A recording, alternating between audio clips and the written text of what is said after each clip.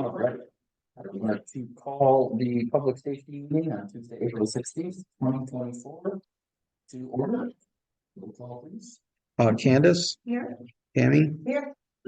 Cameron, Here.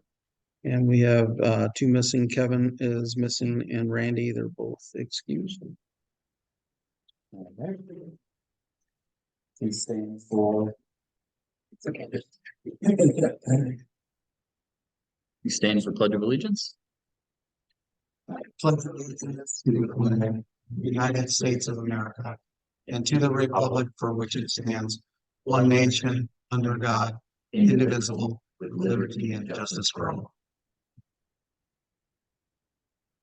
Next we have citizenship award. I just want to mention and invite you guys to our village board meeting on May 13th. We will be recognizing multiple people. One, an employee from public facilities that was involved in helping us with a domestic incident.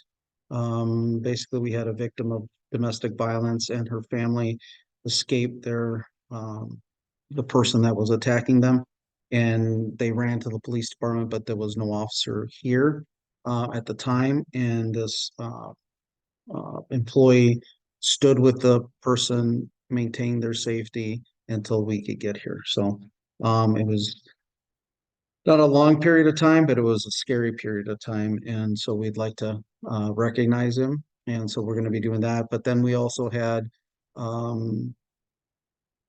EMS and police, fire, public, the Piggly Wiggly employees. They were all involved in a save, and a man's life was saved by a quick action. So we're going to be recognizing them at the next meeting. So just kind of letting you guys know and encouraging you to go. The meeting is May 13th. It's been moved up a couple of weeks because of Labor Day, or I'm sorry, Memorial Day.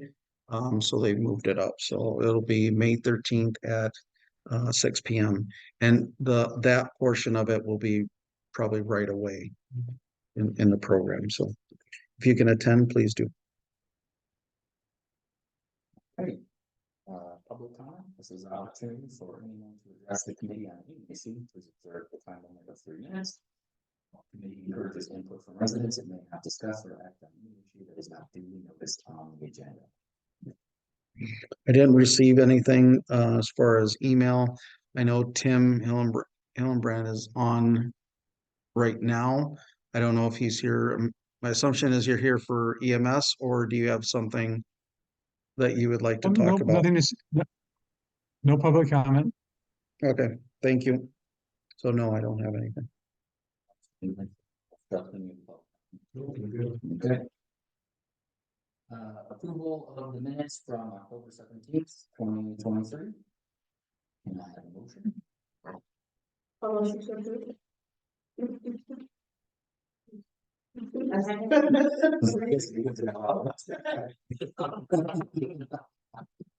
Motion and a second. Is there any discussion? All right, all in favor, say aye. Aye. All opposed, say nay.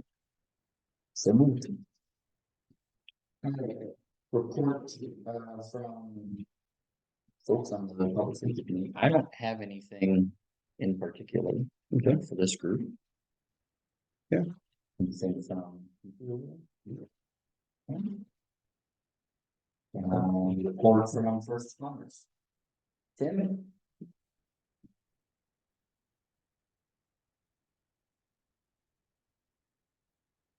He's muted. Tim, do you have anything for EMS?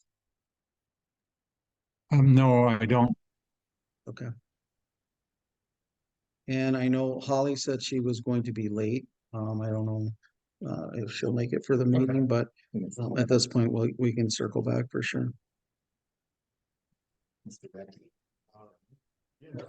We really only as far as called late. We did have 3 critical incidents along the bus.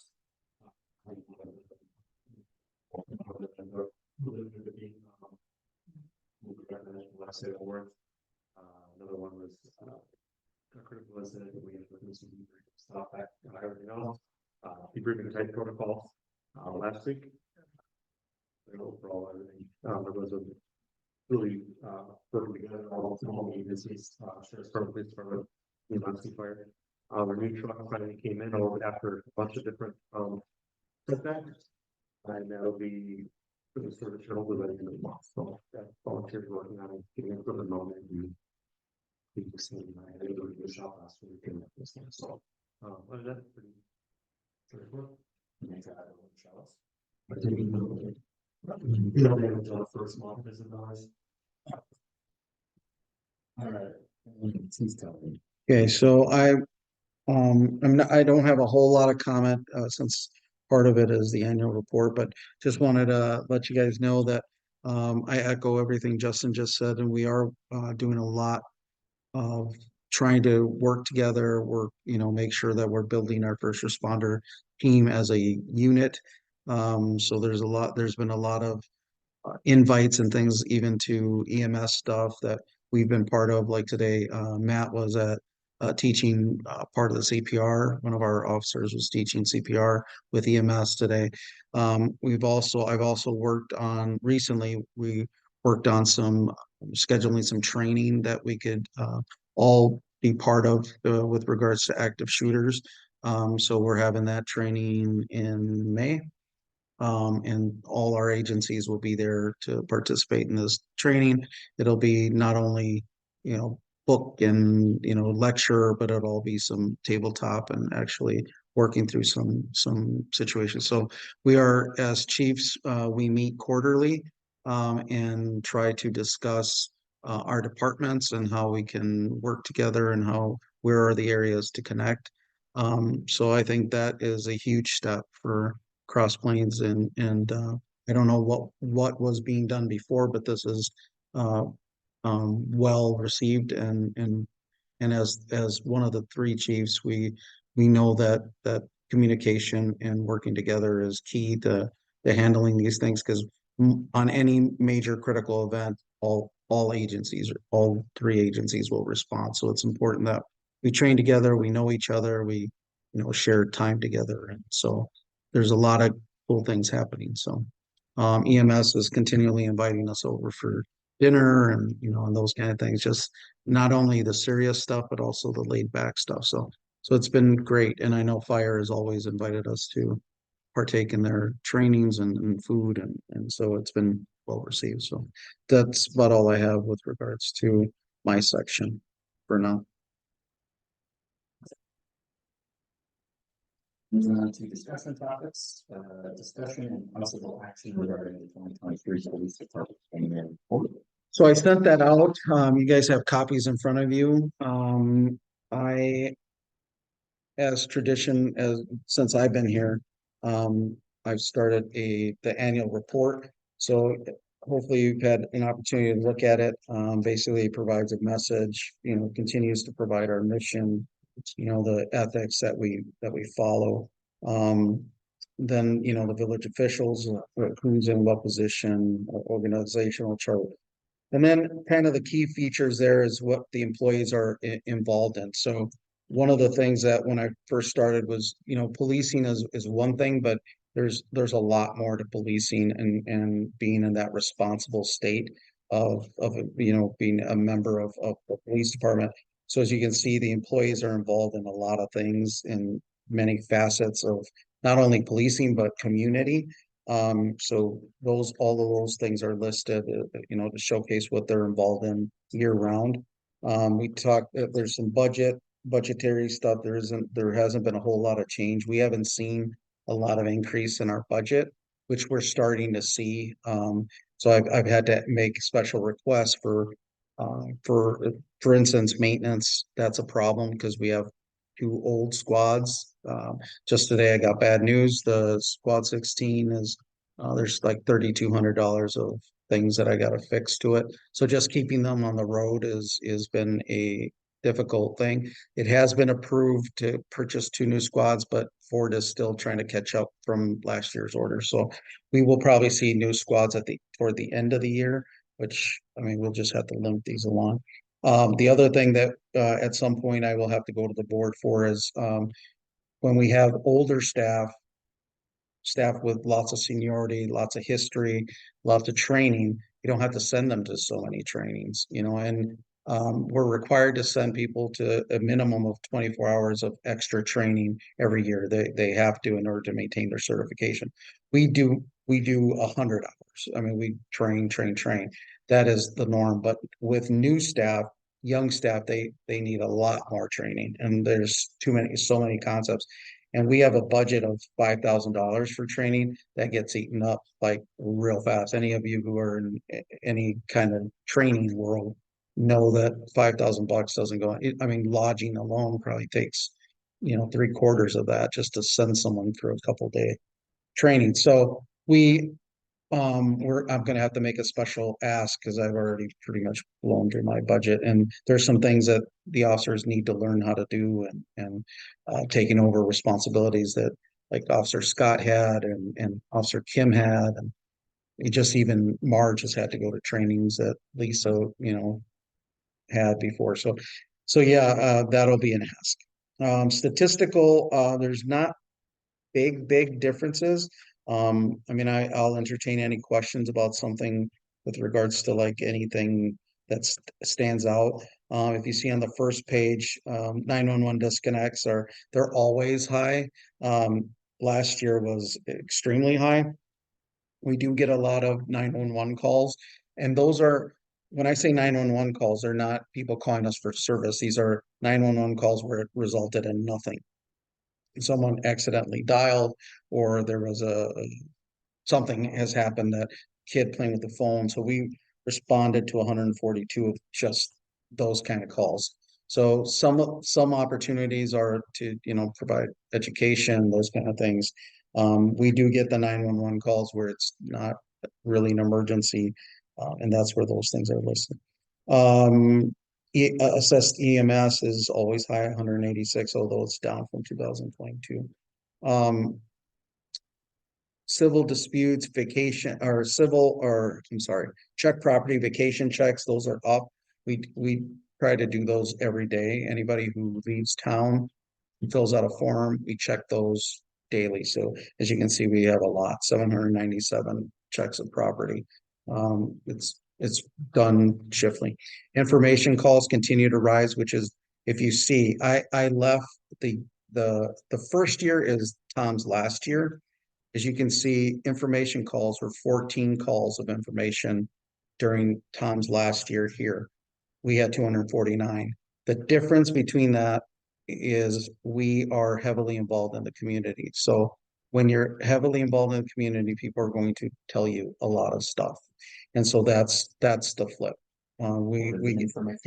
Information calls, anything and everything. Like somebody wants to call us and tell us about what's going on with this or that, or it could be from anywhere from, hey, just want you to know that this is happening, might be criminal, might be just information.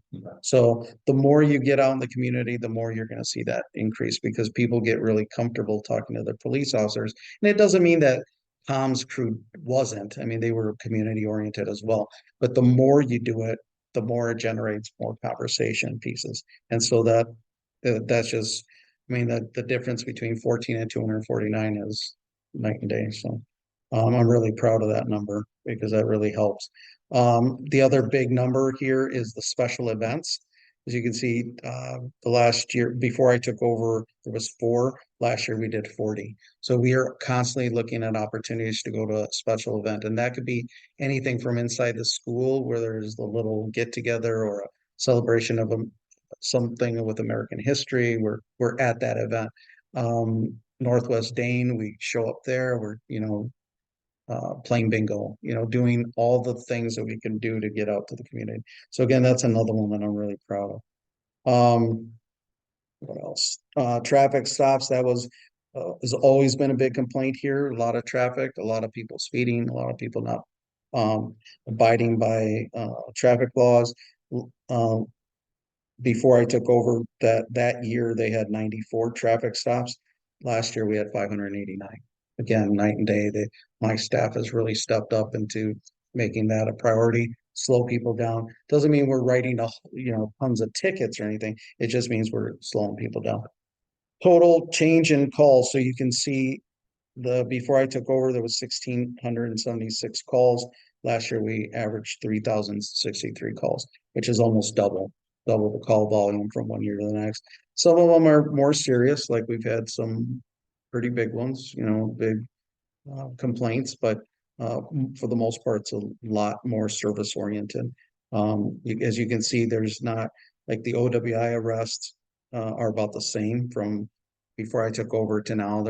Last year was a little bit less than normal. Normally it's 10, so it's not like we're heavy handed on drunk driving arrest. I mean, we do arrest people that drive drunk, but we also offer a lot of rides, so if people want, instead of, driving, I've talked to all the bars and they're welcome to call us and we get people home.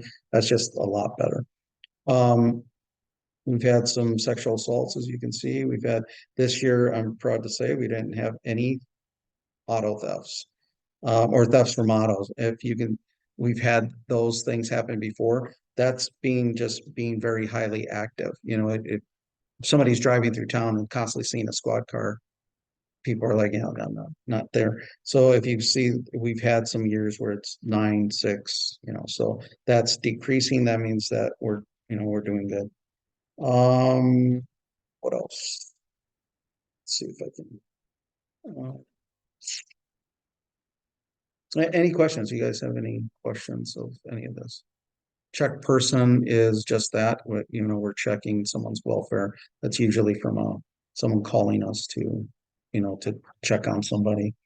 Those have stayed pretty consistent in the 80s. Let's see, seeing anything else that stands out. After that, I have all the significant events. I try to keep track of anything we're seeing significant that has happened. Sometimes when I'm talking to people in the community, I think there's still a thought that this is like Mayberry and nothing happens. And when they read something like this, they're like, what? I can't believe that happened here. A lot of it is, it happens, we investigate it, we charge people, but we also don't then plaster it everywhere. I don't use social media to embarrass people. We don't do those things. And so I think people appreciate that, especially those that are getting into trouble. And we've maintained it that way. It doesn't mean that things aren't happening, but it also doesn't, they're already dealing with the court system. That's probably enough. Projects and programs. This was asked of me from this committee to show what we've been doing, and part of it has come here, part of it's just been village board, part of it's just been police department. But these are all the things that we've been working on since taking over. Those are the different events, those are the different things we've been working on. One of the things that I just like to highlight, like last year, we were short, so the officers worked 282 hours of overtime to keep us, working. I worked extra 335 extra hours last year just to keep us afloat. I've said this to the village board, that's not sustainable. It's not, that 335 is double the time I get for vacation. So you burn out, after a while you're burning out. So it's not doable for a long period of time. The national average is there. That's the national average is 2.5 officers for 1,000 residents. So we should be at 10 officers. So we're down three officers just in comparison. Marshall does have 10 officers. They're about our average population. So they're keeping up even a little smaller than us. So, and they're at 10. So we need to start looking at, if we ever want to get to full-time, or I'm sorry, 24-hour coverage, we need to get more staff.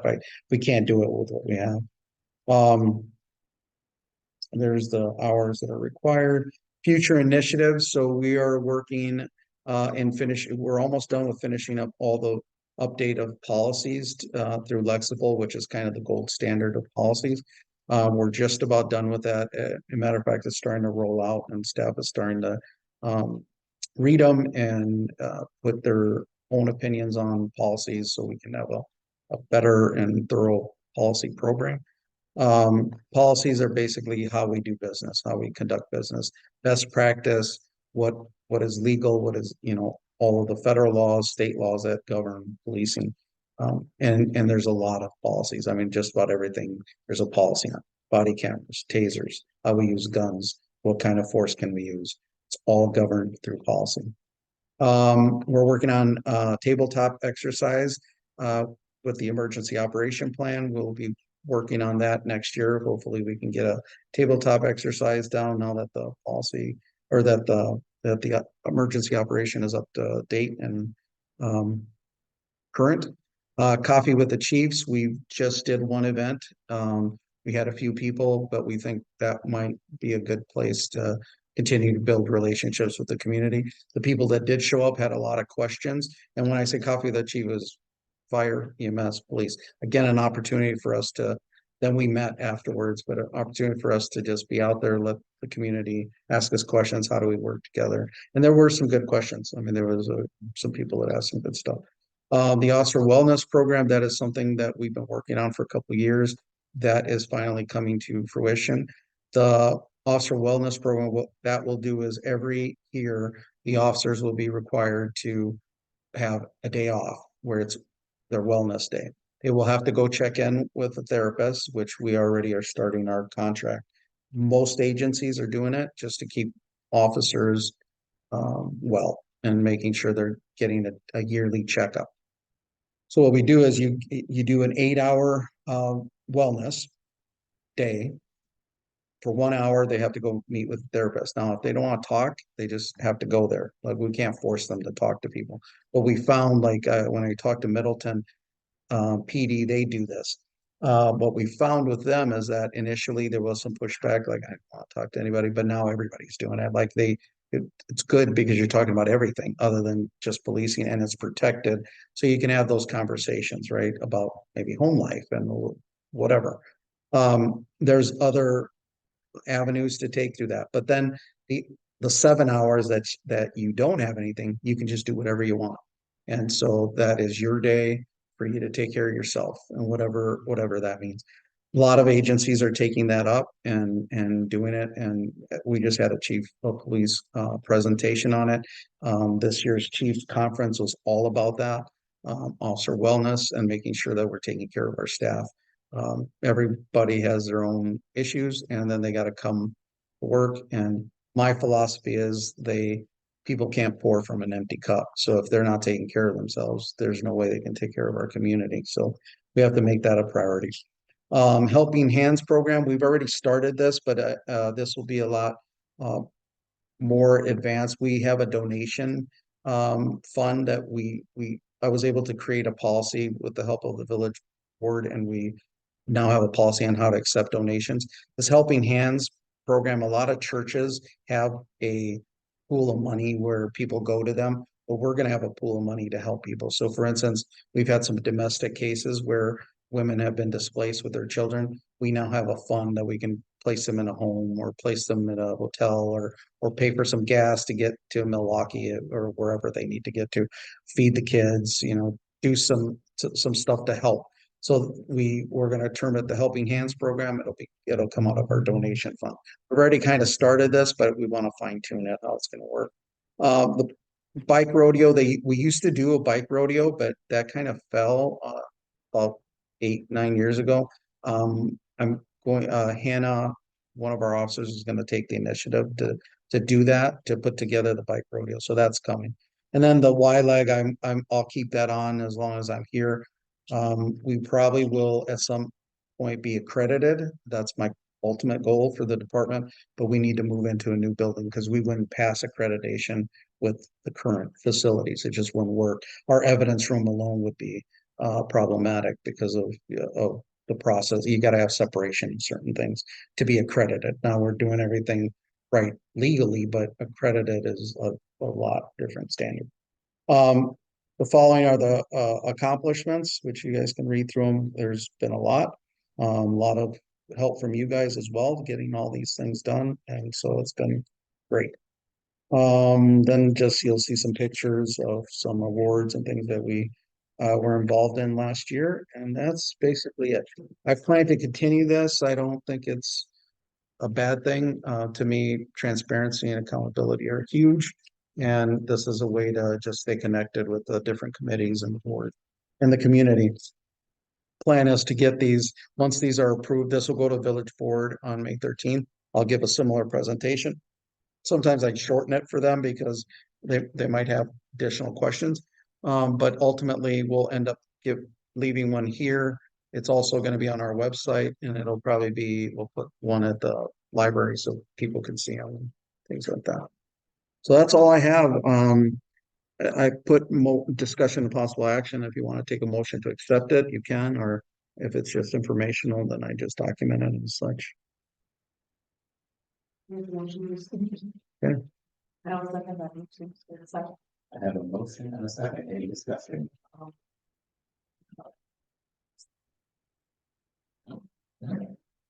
I guess I haven't been safer. I like the report every year, and I hear from other people, I mean, the report, and it's exactly what you said, it's like the transparency. I find it interesting. And then this one is excellent, like every year, so thank you so much. Okay, appreciate that. All right. Okay, I guess we're moving to. So all in favor, say aye.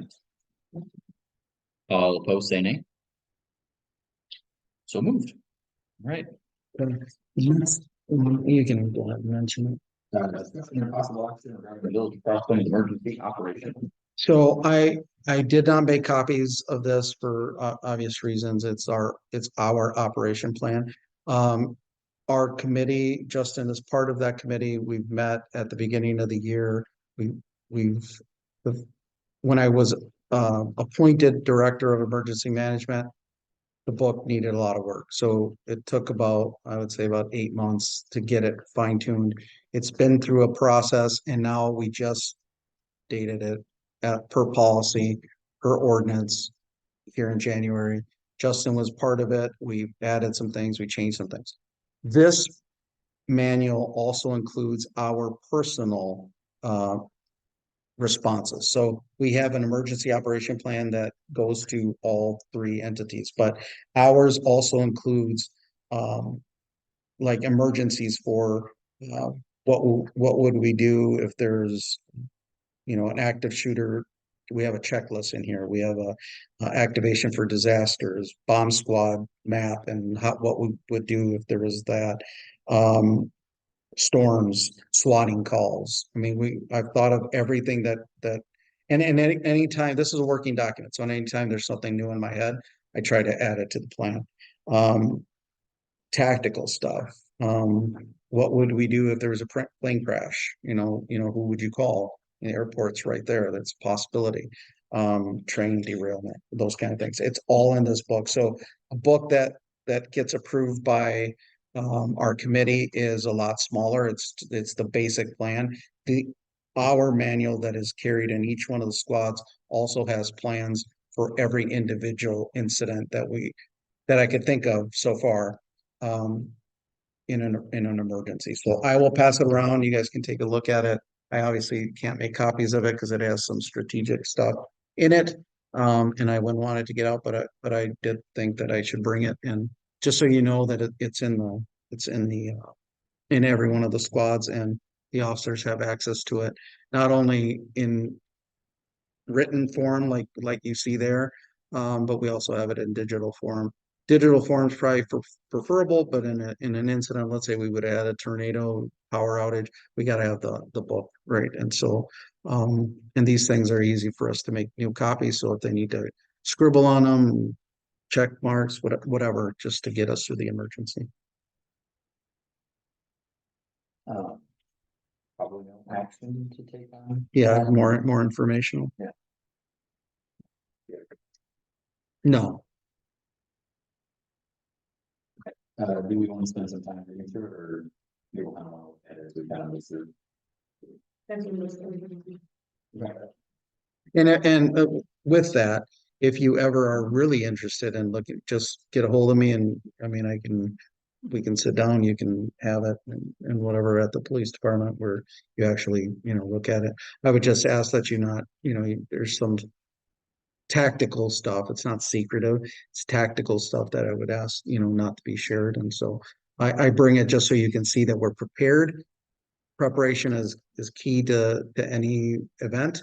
But that doesn't mean that just because we prepared for it and that we're training on it and those kind of things, that things aren't going to go sideways.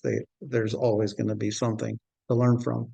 And most of all of that, even as soon as we have an event, we're going to have an after action report. There's going to be things that, okay, how do we improve?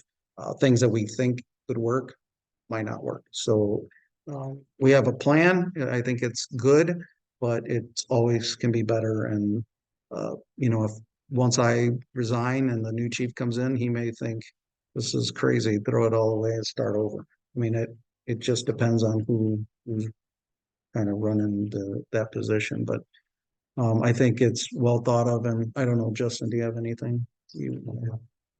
So Justin was part of it. So yeah, yeah, it's a good plan. No, they approved it the first time, then the committee kind of approves it. Like it's really updating it more than it is anything else. Again, you don't want to share it too much, and um, the committee has access to it, and there's buy-in. They provide information, and we do make changes. But Yeah, I don't think that we would look at it frequently. We should remember our ordinance, because I know we have changed it now. I mean, in an emergency, it's going to come out, and everybody who's involved is going to see it, and it's created to be a checklist. So, for instance, village president, if he in his area, he would have a checklist, and he would know exactly what he needs to do, to make the plan work. Same thing with the village administrator or Mike Axon, who handles part of the plan. He would have his check boxes. So it just simplifies it a little bit because we're already stressed out for the emergency. So you might as well plan. Then it has all the contact numbers, so we don't have to try to, okay, who do we call for natural gas? Who's the person, or who do we call for media? Okay, it's all listed there. It's all current, and so it takes away the guessing game or the having to, go find. We've already identified things that we could change for next year or add to, and that's the whole plan is to always make it better. So. So we'll take no action on number 2, and on number 3, discussion and possible action regarding snow plowing at the CP area EMS driveway and CP fire department. Okay, so I left this on here just because it was brought up at this committee, but it's my understanding that that has been worked out and fixed, and there's. It was still working. It's still pretty, and after that, it was for goodness winter. So. There's no computer, but one week is going to be cleared out. Basically, it's kind of one of those like it's going to put great things with those because the district owns the building, so it's it'd be good if it was priority and discuss how we he's got a couple swaps too, and we're not looking for it to be curb to curb. 2 inches deep. So. I think my understanding of it is that, you don't, when they're getting bombarded with snow, they're trying to deal with all the traffic and, and there's a lot more to it. And then sometimes, it's like, oh yeah, that's right. Let's take a swipe through even our lot. Sometimes we'll come out and nobody's been through and we have to be able to get out of whatever. But I think it's been resolved and I think it's simply just call us, hey, we need this, and maybe more of a reminder. And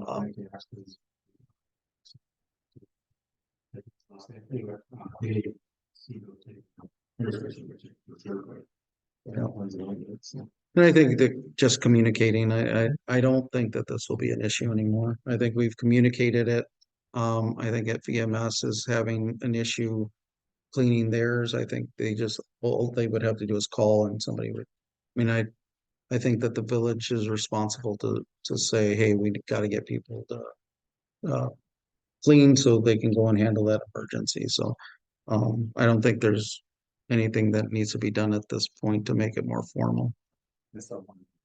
Maybe those people on kind of go, that's not really still issues, but it sounds like that was. My understanding is it's all been worked out. The first significant snowfall. Yeah. There was some correcting. But I think it was kind of more than just the snowfall. It was not only the snowfall, but then I think, Tim, you can correct me if I'm wrong. There was also some issues with their own snow blower, and it's just like the perfect storm happened, and so then there was some griping, and then people wanted to come here and file a complaint and go to the board, and I think that all fizzled out. But Tim's on, and he probably has a little knowledge than I do. Yeah, they just sheared off the shear pins on the or the snow blower that we have, and that caused a problem where we couldn't get things cleared out. So, and then the Facebook group took over, and Yeah. All right, so, which, you know, social media at its best. right. But I think we resolved it. And like I said, our teams have this, I like where we're at as teams, and I think we're working as a group instead of individual agencies. And so I think it's been resolved, and if it hasn't, I'm not aware of that. Or to take policy. Right. Public works department, but if we don't need that, we won't. Right. Just welcome the student on that changes next winter, I guess. Motion item number 3. Number 4, discussion and possible action regarding the additional locations for the red flag program. As it was suggested that Kevin, as we part of this conversation, so. Right. Table this, I will just need a motion to kind of move to the next meeting. All right, motion to table topic 4 until the next meeting. Any discussion? All right. The only thing I would ask is that between now and the next meeting, which is May 21st, I think that's what it is. If you guys could just take the time when you're driving around to say, hey, this would be a good spot so we can add them, and try not to have it a continuous topic, and then the suggestion out here on Military Road, if, when you're driving, maybe pull over and see what you think. So it's right here. It's the complaint is that the kiddos are walking through the park, and then they're trying to get here. And yes, there's one crossing this way. There's nothing this way, but I don't think there's a crosswalk there. So I don't think that there's even posts to put it on. But if there's some need and some thought that, yeah, that would be a good spot, then I'm sure we could figure it out, Oh, look at it. There's only, It's- it's only goes across first. right. And then it goes across. Right, But it right. doesn't go across that little Yeah. military. Right, so that has created the topic of how about there, and are there any other places? So I think those are the 2 questions to prepare for the next meeting. And I'll just keep it on the agenda if everybody votes yes. And second, it's a motion on it, so. All in favor of taking this topic to the next meeting, say aye. All opposed, say nay. So moved. All right, future items of discussion. Obviously, the one we just moved. There's a stop sign complaint. I couldn't tell you what location, but somebody has asked for consideration for stop signs. The contact was to President Langfeld. I was forwarded the contact, and I sent out an email basically asking for a conversation piece. I did say that we couldn't bring it up at this meeting because it was just yesterday. And I said that's not timely enough, but I haven't heard from her, but my plan is to reach out before the next meeting and just say, okay, well, this is the time to discuss it. So if I don't hear from her, but besides that, the stop sign and the red flag, I don't know if there's anything else at this point. Committee members have anything? Next time. Justin, anything from the fire? And Tim, I guess you have the representation from EMS, so does EMS have anything in the public safety committee to look into?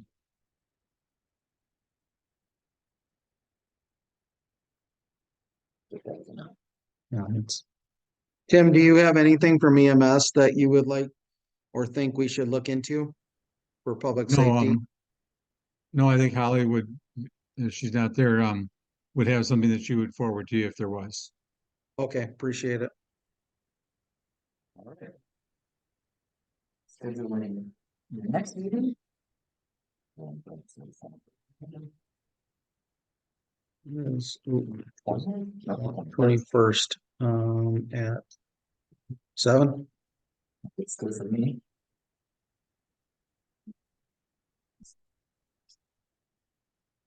All right. And on to adjournment. Have a motion to adjourn. Motion to adjourn. All right, any discussion? All in favor, say aye. Aye. Aye.